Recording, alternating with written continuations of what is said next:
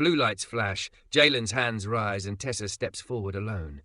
At midnight, the building goes on sale. By morning, it could be gone. "You already look gorgeous, darling," Isaiah whispers. But can she find the courage to prove it? Before we dive in, make sure to hit subscribe, tap like, and share this video. The more voices we reach, the louder these stories become. And drop your city in the comments. Let's see where love finds us. The mirror in the foyer gave nothing for free. If a curl rebelled, it magnified the revolt. If a seam puckered, it made the fabric look like a confession. Tessa Monroe stood inches from the glass, palms braced on the marble console, coaxing a wave of platinum hair to lie just so along her cheekbone.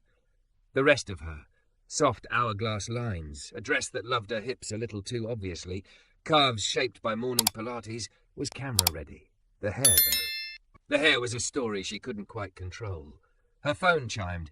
Calendar blocks stacked like dominoes, a donor brunch, a strategy call for the Monroe Foundation's spring initiatives, a fitting for the gala. Everything in Tessa's life clicked forward with practiced grace. Doorpersons who knew her coffee order, drivers who arrived early, stylists who never said no. She tapped her favourite contact anyway. "Perry," she said when the call connected, smoothing a strand that refused to obey, "please tell me you have a cancellation I can steal." On the other end, a sigh cut like a ribbon. "Honey, I'm boarding a flight to Milan. They moved the show, I moved my life. 2 weeks. 2 weeks. Tessa smiled the way people in her world smiled at funerals and financial losses. Elegant, sorrow without spill. "Safe travels," she said, then stared at the phone as if it had personally betrayed her. A feature story was scheduled at 3. The headline would be about her foundation's new initiative, but the photos would do the talking. The camera did not forgive roots or panic. She told herself to breathe and moved through the ritual. Moisture, mousse, heat, a round brush that lifted and lied. When the door buzzer rang, she was 20 minutes behind and borderline feral with concentration. Downstairs, the driver stood at a respectful distance from her urgency. Midtown threaded past the tinted glass, steel and sunlight, a city that wore ambition like cologne. She checked her reflection in the window and saw a woman anyone would call beautiful, curvy, polished, unmistakably expensive. It was never enough when the thing inside you felt misaligned. At the tech boutique, sleek walls, earnest associates, she handed over a watch that counted stress as steps. A man in paint-dusted work pants stood at the counter asking about repairs. Words floated. Deposit, turnaround, I need it for jobs. Tessa glanced at the time. She stepped closer, practiced smile engaged. "Hi," she said, bright and kind the way the privileged are taught to be. "I'm on a tight schedule. Could I leave mine and pay for expedited service?" She felt the man's eyes turn toward her without moving his head. The associate faltered. The man did turn then, slow, assessing. "We're all tight on time," he said. "Not hostile, just true." "I'll cover your deposit," Tessa offered, card already in hand, reflex more than virtue. She meant to help. She meant it to be simple. He held her gaze until the heat in her face felt visible. "I handle my own business," he said evenly, and turned back to the associate. Tessa retreated a step, the air around her suddenly too crisp. The offer had sounded generous in her head and landed as condescension. She hated the prickle of humiliation, and hated more the knowledge that it had been earned. Outside, humidity had arrived while she wasn't looking. She slid into the car and told the driver to head for the foundation. Traffic pinched and surged. Construction rerouted them into a neighborhood whose storefronts wore older paint and brighter hand-lettered signs. Her phone buzzed with a text from the magazine's photographer. "Golden hour at 3, if we shoot outside. Hair needs to be flawless." As if hair ever needed anything less. A grinding sound rose from somewhere beneath the car, a complaint turning into a threat. The driver eased to the curb with an apology that was more reflex than fault. "We should wait for a replacement," he said, already on the phone. Tessa stepped out into heat that tasted like July, though the calendar insisted otherwise. Across the street stood a barbershop with a striped pole still faithful to its spiral. The glass bore the words cuts and conversation in paint that had known better days. She didn't belong to rooms like that. She belonged to rooms with diffusers and eucalyptus, playlists designed to soothe the exact demographic she represented. Still, she was out of minutes and out of Perry. She pushed open the door, bells announcing her entrance to a chorus of mid-sentence pauses. The place smelled like talc and aftershave and men who'd come here for decades. Pictures lined the walls. Little boys grinning through their first fades, grandfathers in Sunday suits, teams with matching jerseys and mismatched smiles. A jazz record so soft it might have been a memory, threaded through the clipper's hum. From the first chair, a barber looked up. He was tall, all quiet edges and careful hands, skin the warm brown of walnut shells. His hair was close cut, his beard neat, his eyes the kind that stay long enough to see you. He took in her dress, her shoes that didn't understand sidewalks like this, the gold at her wrist. If he judged, it didn't show. He wiped his hands on a towel and came over as if there were no cameras in the world. "Afternoon," he said. "I'm Isaiah. Can I help you?" Tessa gestured vaguely at her head, feeling foolish in a way money couldn't fix. "My stylist had a Milan emergency. I have a shoot. My hair won't listen." His mouth tilted, not a smirk, not pity. Something like empathy with humour folded inside it. "Hair talks back when it thinks you're not listening," he said, tipping his chin toward an empty chair. "Have a seat. We'll see if we can convince it." Tessa sat. The chair was vintage, its leather softened by 1,000 stories. Isaiah draped a cape around her, fingers brushing her collarbone with professional lightness. The mirror gave her back to herself meanly at first. A woman out of context, a gilded picture frame propped against a brick wall. But the angle softened when Isaiah moved, when the record hissed, when someone in the waiting area returned to a story about his daughter's recital, and the whole room hummed agreement. "What are we aiming for?" Isaiah asked, comb already mapping possibility. "And please don't say perfect. Perfect has ruined more afternoons than humidity." Tessa laughed before she meant to. The sound surprised her. "Something that looks like I'm in control," she said, only half joking. "Control's a haircut we do for bankers," he said, meeting her eyes in the mirror. "You don't strike me as a banker." "What do I strike you as?" It was reckless, that question. She felt it as soon as it left her mouth. "Someone who knows what she's supposed to be," Isaiah said, parting her hair with a gentleness that felt like permission and might be tired of being only that. The room sharpened. Tessa watched his hands, sure, unhurried, present in a way Perry had never been, because Perry had always been 2 steps ahead of a camera. Isaiah wasn't sculpting her to be seen by other people. He was listening for the shape that would let her see herself. He blew a section dry, coaxed a wave, let another fall. He didn't oversell. He didn't narrate. He asked once, low and practical, if she'd ever worn it looser near the temples. She hadn't. He nodded as if that had been all the answer necessary. In the mirror, a different woman began to surface. No less polished, but less defended. The lift at her crown softened into something like ease. The wave near her cheekbone stopped trying to be a headline and became a sentence, part of a paragraph that made sense. Tessa felt an ache that wasn't about hair. Not really. It was about mornings spent chasing an image that erased the person carrying it. "Tell me about your shoot," Isaiah said, still working. "What's the story?" She told him about the Foundation's new program, scholarships for community health workers, partnerships with clinics in neighborhoods that didn't look like hers. She heard herself say, "We are trying to listen," and wondered if she meant it. Isaiah did not applaud, did not challenge. His attention made the answer matter more than the telling. The clippers clicked off. The record turned itself over into silence. In the mirror, sunlight from the front window threaded through her hair like something lived in it. Isaiah stepped back, head cocked, hands on his hips, a craftsman deciding if the chair could release its guest. "You already look gorgeous, darling," he said, easy as air. No theatre, no performance. A truth, offered like water. Heat touched her throat, not the heat of being observed, but of being seen.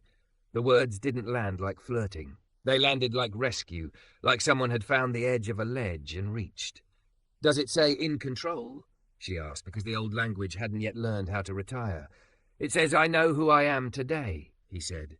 "Tomorrow can say something else." Her phone vibrated, a text from the photographer. "If you can be here in 15, we catch the light." Tessa stood and the room adjusted around her, the way a room does when its idea of someone shifts by a few degrees. She slid cash under the clip that held Isaiah's appointment cards, and then, impulse steadying into intent, she asked, Do you take standing bookings? He smiled like the idea had occurred to him first. I take people who come back. Then I'll see you next week, she said, the promise feeling heavier than hair. Outside, heat wrapped her shoulders. The city moved. The replacement car rolled up, polished and unbothered. Tessa touched the wave near her cheekbone and didn't adjust it. For once, the mirror she carried in her head was quiet. The photographer met her on the steps of the old courthouse just as the sun began to lean toward amber. Don't move, he said, a hand lifted as if arresting a gust. He circled, shutter clicking, the lens breathing in her shoulders, the line of her jaw, the soft, newly easy wave beside her cheekbone. Tessa felt oddly still inside the motion. No frantic teleprompter in her head, no mental inventory of angles. When the wind lifted a curl, she let it. When the photographer suggested a laugh, a real one arrived uninvited, and he grinned behind the camera as if he'd caught a deer stepping into a clearing. You did something different, he said between bursts. You look like you're not apologizing for taking up space. She thought of Isaiah's hands and the way the record had hissed as if letting out a long-held breath. Maybe I finally stopped, she said. Afterwards, she ducked into the back of the car, thumbs hovering over a thank you text she didn't have a number for. The Foundation's comms director pinged the group chat with heart-eye emojis and a "These are fire." Tessa watched the images populate, herself in a lemon silk dress, curves unargued with, hair like a sentence that knew where it was going. A caption draft appeared beneath one frame. Beauty and purpose. She swallowed the complicated taste the pairing left on her tongue and typed, "Could we make the copy less about me and more about the program partners?" A typing bubble appeared, disappeared. "We can finesse," came the diplomatic reply. The Regency Club's dining room did what it always did, soft lighting that forgave, a view that ratified importance. Bree Ashcroft swept in late and kissed both of Tessa's cheeks, perfume like peonies and money. "You're glowing," she sang. "Perry's best work." "Perry's in Milan," Tessa said, unfolding her napkin. "I went someplace new." New? Bree's smile sharpened. "Like edgy salon new or your assistant's cousin's living room new." "A barbershop," Tessa said, aiming for neutral. Bree blinked, the kind of blink that edited entire narratives. "You're adorable," she said, as if Tessa had made a joke. "But don't put that in an interview. People will misread." Across the table, Eleanor Vale, silver hair, City Board dynasty, tilted her head. "Image is a currency, dear. Spend it wisely." "My image belongs to me," Tessa said, and surprised herself by not softening it with a laugh. Bree sipped her wine. "Of course. I'm just saying there are stories that help your work and stories that distract from it. The public doesn't understand nuance." Eleanor dabbed her mouth and deployed the line meant to save people like Tessa from their own idealism. "Let the Foundation speak through its grantees. You are the frame, not the painting." Later, home was quiet like a closed piano. Tessa stood barefoot in her kitchen and opened the fridge for the light. Her inbox bloomed, board agendas, RSVPs, a subject line from her mother, Caroline Monroe. "Reading tonight?" She let it sit. On a whim, she typed cuts and conversation into her phone and found the shop's page. Reviews stacked like postcards. "Brought my boy in after a rough week at school. He left taller. Best fade in the city. Tuesdays, community tutoring in the back room. Free." A flyer scrolled past. "First Friday, music and mentors, open mic for students." Something in her chest leaned forward. She slept restlessly, dreaming of chairs that remembered names, of hands that turned anxiety into shape. In the morning, the mirror recognized her without argument. She felt it as a truce. By 10, she'd answered 6 emails and ignored 3. At 10:30, she called the shop. "Isaiah," a warm voice answered after 2 rings. "This is Tessa," she said, suddenly aware of how her own name sounded. Lace and glass. "From yesterday. Do you take standing bookings?" "I take people who keep their word," he said. She could hear the smile, wider now maybe. "Thursday at 9? "Thursdays at 9, she said, committing to something that wasn't just hair. "Also, you do tutoring?" "We do people," he said. "Tutoring is one way to say it." She arrived early and took a seat along the wall, cape unnecessary, heartbeat busy anyway. The shop moved different in late morning. Less rush, more community rhythm. A teenage boy hunched over a geometry worksheet at the back table, tongue tucked in concentration. An older man read the paper aloud for commentary. Arguments rose and softened like a good pot on simmer. A single dad in delivery, Browns bounced the baby on his knee and talked schedules with another man who nodded like a metronome. Isaiah finished with a client and waved her forward. She sank into the chair like it knew her. He lifted her hair with a comb, and the light found the warmer strands beneath. "We're not cutting much," he said. "You left here yesterday with a thesis statement." "I'm here for footnotes, then," she said, and he chuckled. When the dryer hushed, she told him about the Foundation's next big spend, a gleaming arts incubator downtown, partnerships with galleries that hosted the same names every season. "It will photograph beautifully," she said, and heard the weariness under her own words. Isaiah angled the chair so they faced each other, not the mirror. What would it do?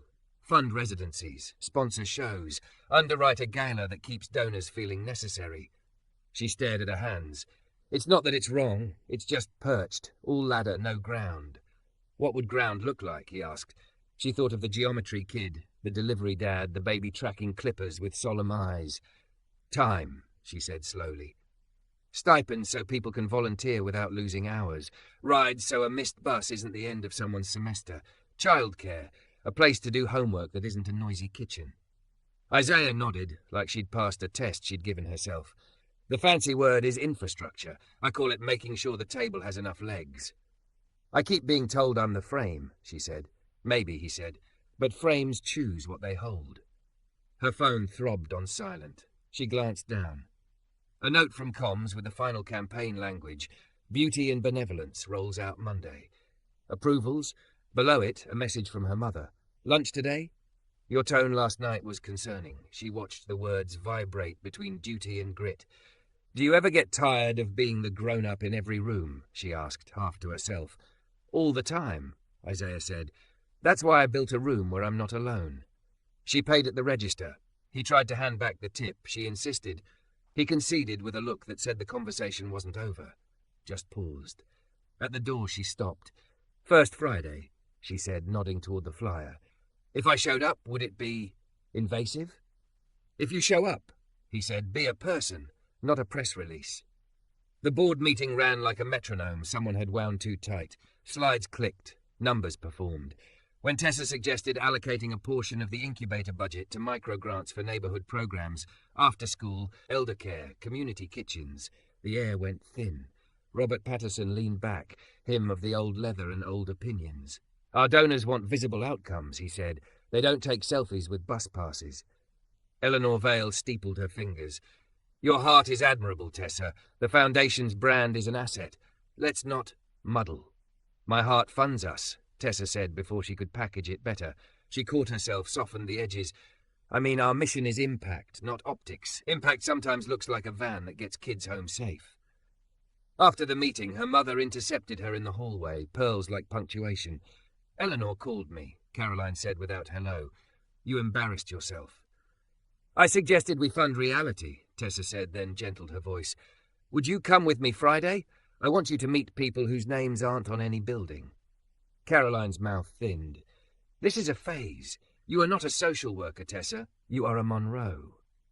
"I'm a person," Tessa said, and watched the comment land like a plate on a marble floor. Noise, but no break yet. Friday rose to meet her with nerves she couldn't name. She left the car 3 blocks away and walked, heat meaning what it said. Music found her before she found the shop. Brass and laughter, a drum riff stitched by claps. The sidewalk was a tapestry, grills sending up garlic and smoke, card tables slapped by dominoes, little kids with chalk-dusted knees and futures like open windows. "You made it," Isaiah said, appearing at her elbow as if the crowd had agreed to part for him. He wore a T-shirt with the shop's logo and a smile that made something in her unclench. She handed him a bakery box. "Bribe," she said, "for acceptance." "We accept cinnamon rolls," he said gravely, and disappeared into a happy argument about whose aunt baked better. The open mic started strong and wobbly, the way bravery does. A girl no taller than Tessa's waist recited a poem about trees. A boy rapped about equations. Someone's uncle told a story that made 3 generations laugh in the same places. Tessa stood back and let the sound move through her. No curated playlist. No velvet rope. Just a community rehearsing its belonging out loud. Sirens scraped the music and hardened the air. 2 patrol cars slid against the curb like chess pieces. Conversation slowed, didn't stop. A group of teens near the corner went statue still the way kids learn to. An officer pointed at a boy with a backpack and a baby mustache. "You match a description," he said. "Of what?" Isaiah asked, stepping forward before Tessa knew she was moving with him. "Being 17? The officer's jaw clicked. The boy's hands lifted on a trembling hinge. Tessa felt her pulse jump into her mouth. She looked from badge to boy to Isaiah, and understood in a cellular way that the distance between rooms like hers and streets like this was measured in more than miles. She opened her mouth and did not yet know what would come out. Sirens thinned the air to glass. The crowd's joy tightened into an inhale that didn't know how to exhale. The boy with the backpack, baby mustache, shoulders squared by fear, stood in the sudden hush, palms half raised like a question. "You match a description," the officer repeated, a tone practiced to sound like procedure and not a threat. "Of what?" Isaiah asked, stepping forward just enough to be seen without becoming the story. "Being 17 on a Friday?" The officer's jaw shifted.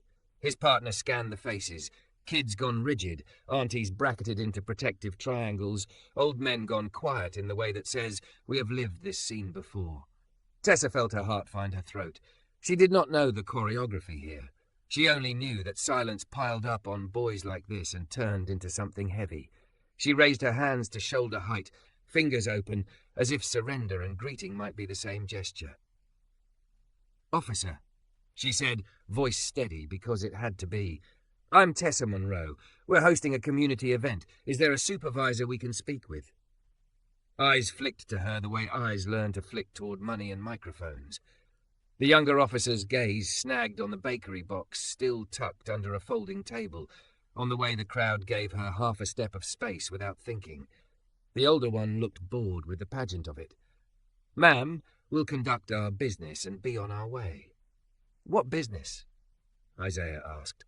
"State it for the crowd. Respect goes both directions." "We have a call," the younger one said. "Shoplifting suspect. Black male, grey hoodie, backpack." Half the block could have fit the description. 3 kids behind Tessa were wearing grey hoodies because grey hoodies came in 3 packs at the discount store. The boy in front of them swallowed and stared at the gum stain on the pavement like he could fall into it and out of this scene. Tessa found her phone but didn't lift it. The lens could escalate as easily as it could protect. She inclined the screen toward her chest and tapped the voice memo instead. Her other hand stayed visible. "What's your name, officer?" she asked. Not sweet, not sharp. "Your badge number?" The younger one exhaled through his nose like a teenager. "Martinez, 4182. He said it to the air, not to her. "Thank you," she said, as if it had been offered. An older woman in a floral dress slid forward from the doorway, one of the domino queens, cataracts like clouds, authority like a cane. "Jalen," she murmured to the boy, not touching him. "Breathe, baby. Look at me." He did, and the tremor in his hands eased to a visible vibration. A cruiser rolled up and spat out a sergeant with forearms like bridge cables and a face that had weathered bureaucracy. He took in the tableau and then Isaiah. Sterling. "Sergeant Hale." Isaiah returned, name like a handhold. "We got kids reading poems and solving for X. If you need to check something, do it right here with all of us watching." The sergeant nodded once, a lever pulled. He glanced at Jalen. "Son, do you have ID?" "No, sir," Jalen said, voice barely above the hum of the Barber's neon sign. "I'm 14. The sergeant's mouth twitched. 14 didn't come with mustaches where he grew up, maybe. He turned to Martinez. "Call in the description," he said. "Confirm age." Martinez muttered into his radio. Static answered, then a dispatch voice flat with fatigue. Suspect was male, late 20s, black tee, no bag, grey sedan, already left premises. Hale flicked a look that could have been annoyance or relief. "We're done here," he said. He faced the crowd instead of the boy. "Our mistake." Something in Tessa unclenched and then rattled. It felt like a window had cracked and let in heat, yes, but also sound. Aunties exhaled their triangles. Kids sagged into chatter. Isaiah nodded once and turned back to Jalen. "You good?" "I think so," Jalen said, and when he tried to smile, the muscles wouldn't find the shape. The old woman hooked a finger at him. "You read that poem, baby. Shake it out." Tessa realized her hands were shaking. Her hair, so carefully convinced to be calm, had slipped one curl toward chaos. She tucked it behind her ear, then stopped and let it fall. Isaiah saw the motion and the meaning. "You're okay," he said, voice pitched for exactly the distance between them. "You already look gorgeous, darling." It was gentle and ordinary and the opposite of trivial. The phrase slid into the space left by adrenaline and set a chair there. During the next verse, a kid rapping about fractions like they were cousins who owed him money, a woman touched Tessa's arm. Braids looped into a crown, eyes bright with the kind of tired that comes from doing 10 jobs. "Miss Monroe?" she asked, tentative as a guest at an unfamiliar table. "You're the foundation lady?" "I'm a person," Tessa heard herself say, because last night's declaration had calcified into marrow. But yes. The woman's smile tilted, softened. "I'm Nevaeh. I run the homework room here on Tuesdays. We could use 6 more chairs and a second-hand printer that doesn't eat paper like it's mad at trees." "Tell me what's not on your list because you're used to hearing no," Tessa said before caution could strangle the sentence. Nevaeh laughed then, a sound that made 2 kids glance over and grin because laughter begets laughter. "A stipend for Miss Wanda because she's here every week but on disability and won't take bus money. A safe lockable cabinet for tablets so they don't walk. A dad who can come teach shop math without having to lose a shift." "Do you have a budget?" Tessa asked. "We have a recipe," Nevaeh said, "and every week we make it work with whatever's in the pantry." Tessa took out her phone, not to record but to list. Isaiah hovered near enough to be a buffer if she forgot how to listen. She didn't. More neighbours arrived, more needs that sounded like small things until you looked at the pile they made. Rechargeable calculators, 2 whiteboards, a set of headphones per kid, so focus didn't have to be louder than noise. 10,000, Tessa said finally, the number finding her mouth as if it had always waited there. "From my discretionary fund. Today. And I'll bring the board here next month. If they won't come, I'll hold a meeting on the sidewalk." "You mean it?" Nevaeh asked, and there was no flattery in the question, only a lifetime of measuring promises by the weight of their follow-through. "I mean it," Tessa said. "But you'll tell me if I do it wrong." "You will," Nevaeh said, "and we will tell you." Someone, inevitably, had filmed the moment with Jalen. Someone else had filmed the laughter after. By morning, the clips would be stitched into a narrative that would either kiss or cut. For now, they were just fragments. A sergeant saying, "Our mistake," a barber standing between a boy and a story, a blonde woman not touching her hair for once. Bree's text arrived anyway. "Babe, seeing videos. No statements, please."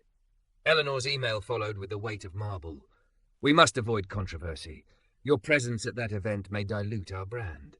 Tessa stared at both messages until the edges of the screen fuzzed.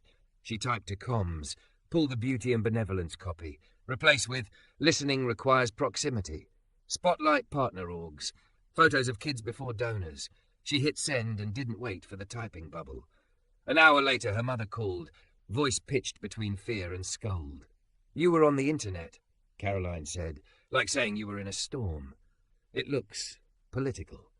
"It looks like a neighbourhood," Tessa said, turning toward her living room window where the city stacked itself into glass and sky. "I'm fine, Mom. Eleanor says we are frames," Tessa cut in, calm as a blade.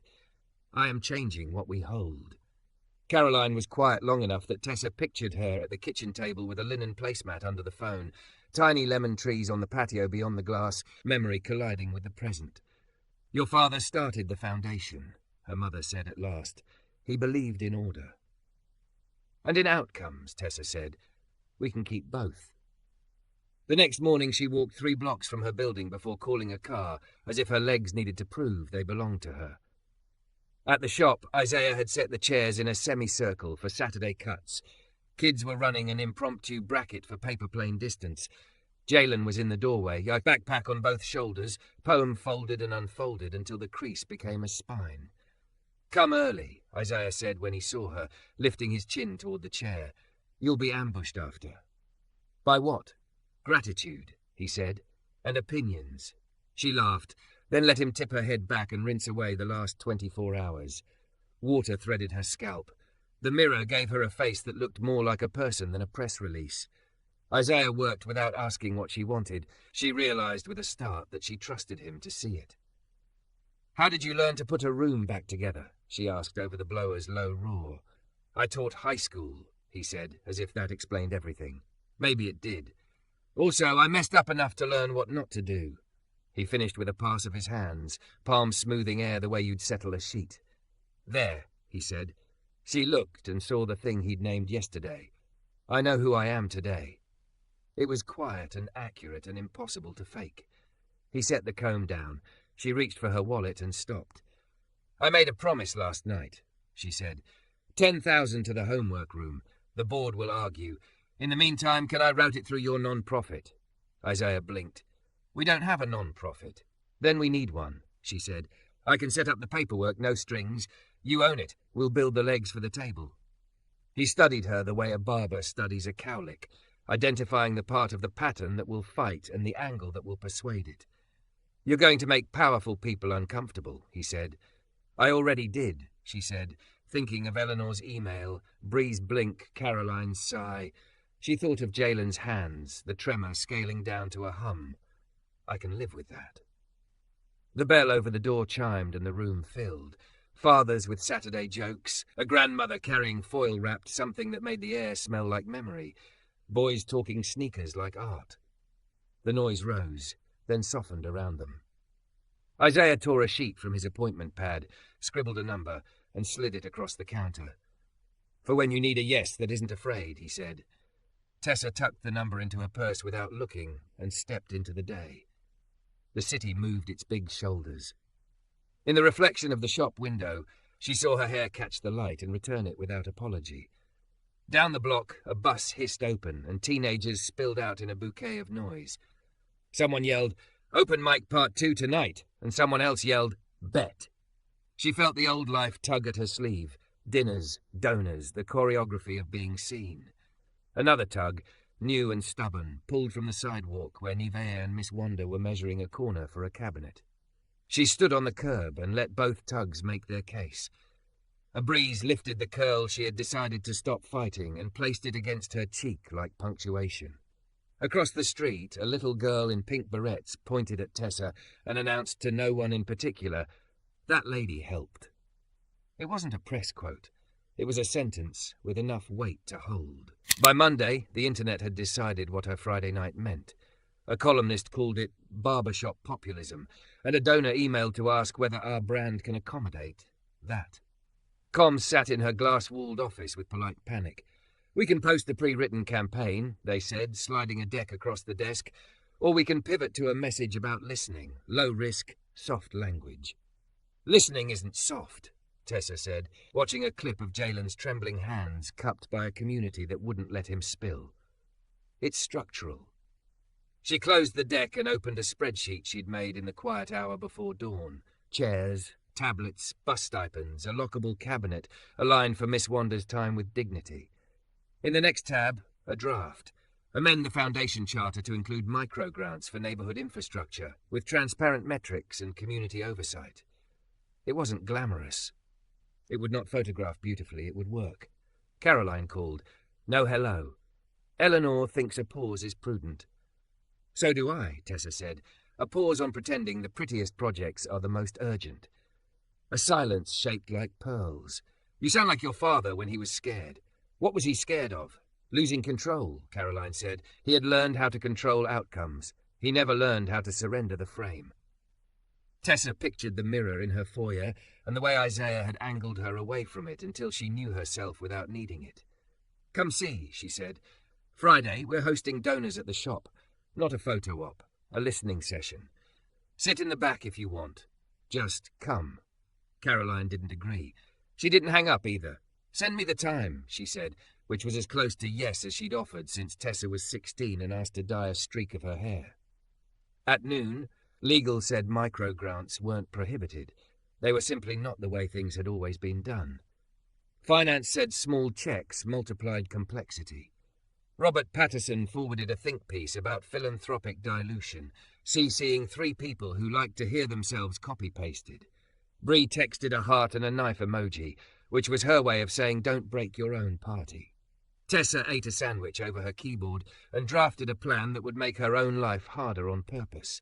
An independent community advisory circle, quarterly reporting led by recipients, an open dashboard that would show where dollars landed in real time. "Frames choose what they hold," she wrote at the top, so bold it made her laugh. She took the plan to Isaiah after closing. The shop hummed with its second breath, the one it took when clippers slept and the room remembered the day. He read, shoulders loosening as the pages turned. "You wrote this like a teacher," he said. "Objectives, assessments, interventions. You taught me your metaphor," she said. "Tables, legs." He set the pages down and leaned on the counter. "You know what made me leave the classroom?" he asked, as if the question belonged to the plan. "A kid named Malik. Brilliant. Loud. He solved problems sideways and then explained them like poetry. One day he mouthed off to a new vice principal who wanted rows and silent hands. I spent all my capital that year protecting him from adults who thought order was the point. The day I couldn't anymore, I quit before I turned into the thing he had to survive. I built this room so the only thing a kid has to survive is a bad haircut." "Did you find him again?" Tessa asked. "He comes in on Thursdays with his little brother," Isaiah said, the corner of his mouth lifting. "He works construction now, does the math in his head and explains it to the foreman who pretends he already knew." They were quiet for a beat that held more than air. Tessa touched the wave near her cheek and left it where it wanted to fall. "If the board fights me," she said, "will you still let me sit in the back on Tuesdays and shut up and learn?" "I might make you lead long division," he said, mock stern. "But yeah, seat's yours." The emergency board meeting smelled like coffee and control. Eleanor set the tone with a folded hand and a cooling smile. "We admire your passion, Tessa, but donors rely on us for discernment. Microgrants invite scatter." "We already scatter," Tessa said, not bothering to sand the truth. "We scatter big numbers at legacy institutions that publish glossy reports and can't tell you the name of one kid who got home safe because we funded 2 nights of bus fare." Robert leaned back, making his leather sigh. "Emotion is not a metric." "No," Tessa said, "but attendance is. Job placements are. GED completions. Clinic wait times. We can measure what we fund, if what we fund is measurable." She walked them through the dashboard, the advisory circle, the quarterly reports. She didn't perform humility. She didn't perform defiance. She told them what she meant to do and how she would be measured by it. When she finished, she took a breath and added the piece she knew would bruise. "Also, Sterling Communities building just got listed for sale. If we wait, a nail salon with better rent will replace a homework room. I propose we create a community land trust, seeded by the foundation, matched by outside partners, governed locally. We buy the building and take the landlord out of the list of emergencies." The room nicked itself on the word buy. "We are not a real estate venture," Eleanor said. "We are a stability venture," Tessa said. "Walls are stability." Caroline cleared her throat. Every head turned. She rarely spoke in meetings anymore. "The trust would be separate," she said slowly, as if translating from a language she hadn't used in years. "We contribute. We do not control. The neighborhood governs itself." Eleanor's eyes narrowed. "You approve of this experiment?" "I approve of my daughter doing the work I told her we were doing," Caroline said, "and of learning how to lose control graciously." The vote didn't go the way anyone could tweet in a single word. 4 hard no's. 2 abstentions that were really no's in pearls. 5 yeses. Caroline said yes last, like a gavel without a sound. The motion carried by a breath you could fog on glass. Outside, Tessa steadied herself against a marble pillar and let the adrenaline smash and recede. Her phone vibrated with a text from Niver. The landlord came by, waving papers. "Can you talk?" And another from Bree. "Lunch now, no excuses." She typed to Niver first. "On my way." The landlord was a man in a good suit who wanted to be reasonable. Reasonable meant 30 days, as if a community could pack itself into a storage unit. "We have an offer," he said. "I have obligations." "So do we," Nevaeh said, arms crossed, Miss Wonder at her shoulder like a general. "To kids who will fail algebra in a house full of noise if this room disappears." "Reasonable," Tessa said, stepping between heat and transaction, "is you giving us 60. We will match the offer. We will close. Your obligations will be met, and so will ours." He scoffed the way people scoff when they think money has never been a problem for you. "You can do that?" "I just did," Tessa said. "You'll have papers by Wednesday." Back in the car, she called Legal Finance, the one donor who loved an impossible timeline and had a good headline. She called a friend who ran a community land trust across town and asked for their documents, their cautionary tales, their hard-earned wisdom. She called Isaiah, finally last, when the to-do list had stopped vibrating and the fear had learned where to sit. "You move fast," he said. "Sometimes money is only useful if it moves." She said, "Come by," he said. "You're going to want a cut you can wear into a fight." He didn't cut, not really. He refined. He lifted hair where weight had settled, left softness where she'd started mistaking armor for style. In the mirror, she looked like someone who had decided which voice belonged to her. He rested his hands on the back of the chair. "You already look gorgeous, darling," she finished, unable not to grin. "It hits different when you say it." "It only works if you believe me," he said. "I do," she said, and felt the accuracy of it, a click in a door that had been misaligned. On Friday, donors came because curiosity is stronger than instruction. They walked past grills and chalk games and into a room where volunteer sign-up sheets lived beside clipper guards. Bree arrived in navy and diamonds, her smile set to untouchable. Caroline slipped in at the back and sat beside Miss Wanda, who handed her a spiral notebook and said, "Take attendance for me, sweetheart," as if she'd been doing it for years. Nevaeh opened with a 20-minute lesson in what it takes to keep a child on a straight line in a crooked system. Jalen read a new poem, this one about breath and buses and the way a grown man saying our mistake can sound like a door unlocking. A delivery dad stood and talked about shifts and schools and how a stipend meant he could show up without losing groceries. A donor raised a tentative hand. "How do we know," she asked, cheeks pink with the risk of being gosh, "that the money won't vanish?" "Come Tuesdays," Nevaeh said. "Count chairs, hold clipboards, eat cookies you didn't bake. Watch." Caroline's pen had stopped moving. She had switched to watching. Bree's smile had dropped an inch, sincerity peeking through the seam. Eleanor wasn't there. She had sent a junior associate who looked like a person learning a new alphabet. After, on the sidewalk, a sudden rain snapped the heat and left everyone damp and laughing. Isaiah dragged a canopy into the downpour, and Tessa steadied the other end.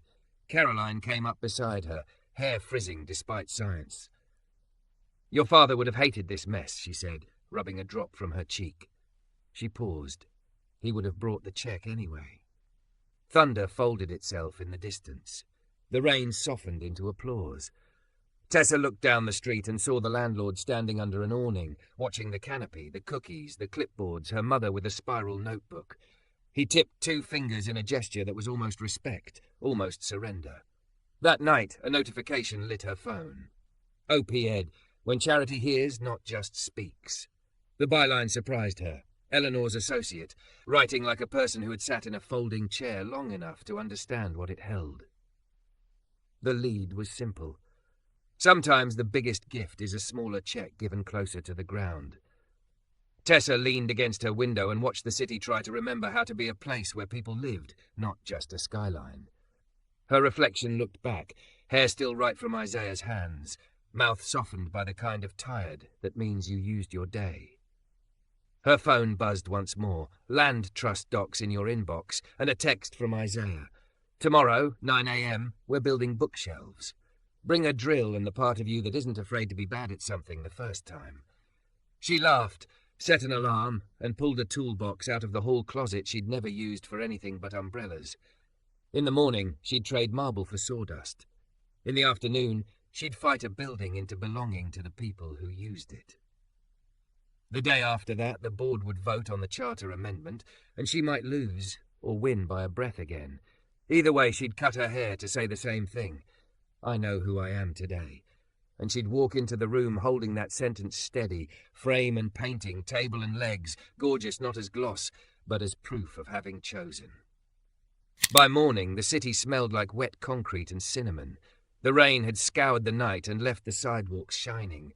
The bakery on 5th had opened early and sent sugar into the air like an invitation. Tessa arrived at the shop in a t-shirt that didn't know the price of her closet and sneakers that did. Hair tied up in a scarf Isaiah teased her for. "You look like you're about to teach a class on courage and learn that drills laugh at people who assume instructions are a suggestion. Hold the trigger, Isaiah said, covering her hand with his until the bit took the wood without shrieking. Sawdust gathered in her sleeves. A boy with chalk on his knees watched solemnly and announced, "You're doing good for someone new." She bowed to the promotion. By 10, 2 bookshelves stood under the window, imperfect and proud. Miss Wanda labelled bins with a flourish that made markers feel like ceremony. Nivea stacked composition notebooks into a small skyline. Jalen carried a tower of used textbooks like strength was a language he'd decided to speak fluently. A realtor's sign glared from the far corner of the block, new plastic over old brick. At 11, the landlord appeared with his reasonable suit and a polite frown. "Another offer came," he said. "Higher." "From who?" Isaiah asked, already knowing the answer. An LLC with no face. Tessa felt the old world tug at her, a Rolodex of numbers no one else could dial, and let it. She stepped aside, made 3 calls in a voice that remembered boardrooms and learned to use them for rooms like this. By noon, she had a pledge match from a donor who loved chess more than checkers, and a commitment from a community land trust 2 neighbourhoods over to mentor theirs through closing. The landlord wanted proof. Legal wanted time. Finance wanted receipts. The kids wanted pizza. She bought 6 pies and told the adults the wire would be ready by Wednesday. "Sometimes money is only useful if it moves," she told Isaiah when he caught her leaning against the doorframe, eyes closed, counting heartbeats like steps. "Most of the time," he said. "Also, breathe." The charter amendment meeting felt like the last test in a class where the grading had never made sense. Eleanor sharpened the word prudence until it could cut marble. Robert polished mission drift like it was a trophy. Tessa presented metrics with fingers that didn't shake, then put down the packet and spoke without slides. "Frames choose what they hold," she said. "We've been holding our reflection. I'm asking us to hold people." Caroline sat very straight. When the vote came, she lifted her hand second to last. "Yes," she said, and the syllable landed like a key turning. The motion passed by a margin you could fog on glass. Afterward, she didn't hug Tessa. She squeezed her forearm, eyes bright in a face that had learned how not to show it. "Your father hated losing control," she said. "He loved outcomes. Make him proud." On Wednesday, wires moved. On Thursday, signatures did. The landlord stood in the doorway and looked curious about who he would be without this building, then handed Isaiah a ring with 2 keys and an apology no one needed. Niva brought out the paper sign she'd made with the kids. Ours. They taped it crooked and left it that way on purpose. The internet did what it does. A blog called The Trust a Vanity Play. A neighbourhood paper called it a blueprint. Bree texted a photo of the ours sign and wrote, "I was wrong. How can I help without making it about me?" Tessa replied with a list that began with, "Show up on Tuesdays, bring snacks, take attendance, listen." Bree sent 5 clapping hands and then, to Tessa's surprise, showed up that afternoon in a ponytail and flats, and stood at the back next to Miss Wanda with a clipboard like she'd been practicing for this her whole life without knowing. Caroline came too. She wore jeans that conceded to practicality and brought 6 folding chairs from the Monroe storage unit, each with a white tag that said Foundation in solemn letters. Miss Wanda ripped the tags off, tossed them, and said, "Now they're the communities." And Caroline laughed in a way Tessa hadn't heard since she was a girl with grass-stained knees. There were snags. The city wanted a certificate of occupancy update. The printer arrived missing a tray. Someone in the neighbourhood Facebook group complained about parking. Tessa learned to speak building department, and the hold music learned her name. Isaiah borrowed a tray from his cousin's office and returned it with cookies. Niva printed door hangers that said Fridays equals kids. Please park with kindness, and walked the block, baby on her hip, smile like an olive branch. On a soft Sunday, Tessa and Caroline sorted donations in the back room. A girl in a pink jacket hovered by the door, pretending not to hover. "Do you need something, sweetheart?" Caroline asked, and the girl held out a worksheet on long division, like it weighed more than her backpack. Caroline started to say she didn't remember how. Miss Wanda thwacked her with a look, and Caroline sat with the girl at a wobbly table and found the math in her mouth like a song she hadn't sung in years. When the answers lined up, the girl did not say thank you. She said, "See you Tuesday," and left Caroline blinking at the place where gratitude had taught her nothing, and relationship had taught her plenty. "Your hair is rebelling," Isaiah said to Tessa later when they stole 5 minutes between shelves and emails. He untied her scarf, shook her ponytail loose and let it fall where it wanted. Better.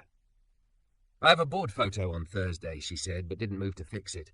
"Let them meet the person doing the work," he said, "not the portrait of her." Her phone buzzed. Jalen's mother, who had never met Tessa, wanted to talk. They sat on the stoop, son a hand on their shoulders. "I saw the video," the woman said, twisting her keys so they didn't rattle. "I thought that white lady will make a speech and disappear. You didn't. I don't say thank you for that. I say keep going." "I will," Tessa said, and felt the promise stick. The ribbon cutting refused to be a ribbon cutting. No velvet rope, no microphone that made voices sound like permission. A kid played trumpet badly and beautifully. The barber chairs shone like thrones. The shelves under the window wore their new spines. Essay collections, algebra, a book of poems with a note on the flyleaf, from a person who needed this 30 years ago. There were no speeches, only voices whose volume was their own. Tessa stood back and watched Caroline refill a coffee urn without announcing she had never refilled a coffee urn in her life. Near the door, the sergeant who'd said, "Our mistake," approached with his hat in his hands. "We're starting a dialogue group," he said, the phrase clumsy and earnest. "I don't know if it'll help, but I'd like to hold it here." Isaiah glanced at Tessa, then back at Hale. "If it becomes a PR exercise, we shut it down," he said. "If it becomes a fight, I bring cookies," Hale said, and shrugged at his own joke. "We'll try." Jalen read last. He didn't tremble. He read a poem about breath that started with lungs and ended with the quiet inside the barbershop when clippers stop and someone listens to your answer before they decide what to cut. When he finished, no one clapped right away because they were busy swallowing something. Tessa's phone buzzed in her pocket. The dashboard linked live, the first micro-grants posted, the number 10,000 next to a line that said Tuesday chairs and bus stipends. Below it, 2 new lines she hadn't authorized, but that made her grin. Miss Wanda Honorarium, Kickoff, Malik's Little Brother Math Club, both funded by tiny donations that looked like handprints. Bree sidled up, eyes wet and unashamed. "It's addictive," she whispered. "The part where you're not the story." "Right?" Tessa said, and they laughed together at the relief of it. Dusk folded into the room like a neighbour who didn't knock anymore. Isaiah tapped the back of Tessa's hand and nodded toward the chair. "Trim?" he asked, and it wasn't a question. She sat. The room carried on around them. Kids filing books by colour because it pleased them. Dads arguing about a team that always broke their hearts. Miss Wanda assigning 2 teenagers to fetch folding tables from a church closet 3 doors down. Isaiah lifted a section of hair and let it fall, cut only what was ready to leave. "What does perfect mean to you today?" he asked, as he had the first time, and for the first time she knew the answer wasn't a costume. "That the room doesn't need me to be anything I'm not," she said. "That I can be a person and still build something that lasts." He nodded, and the scissors said yes in their silver language. The mirror caught her and did not argue. She looked like a woman who had stopped asking for permission to belong to herself. He set the tools down, hands settling on the back of the chair like punctuation. "You already look gorgeous, darling," he said, offering the line as a benediction not for hair, but for the whole of it. The shelves, the keys, the yes that had cost something and would keep costing. This time she didn't blush. She let the words land and hold. Outside, the city moved its big shoulders. Inside, the little room held. Jalen's poem lived in the air like sawdust that would eventually settle into every surface. Caroline laughed at something Miss Wanda said and didn't try to make it sound expensive. Bree carried a stack of worksheets to the back and didn't take a picture of herself doing it. Tessa stood, pressed Isaiah's shoulder in a thank you that didn't need a speech, and stepped into the noise. Someone shoved a clipboard into her hands. Someone else asked if the cabinet could go on the west wall where the afternoon light warmed the spines. She nodded, wrote, lifted, listened. The mirror in her foyer would still be there when she went home, patient and hungry. She would pass it without rehearsing. She would not fix anything. She would sleep and wake and come back, hair learning to be less armour and more weather. Gorgeous, not as proof, but as consequence. Outside the window, the realtor's sign was gone. In its place, taped to the glass at kid height, the paper sign still announced what everyone inside already knew in 3 stubborn letters. Ours.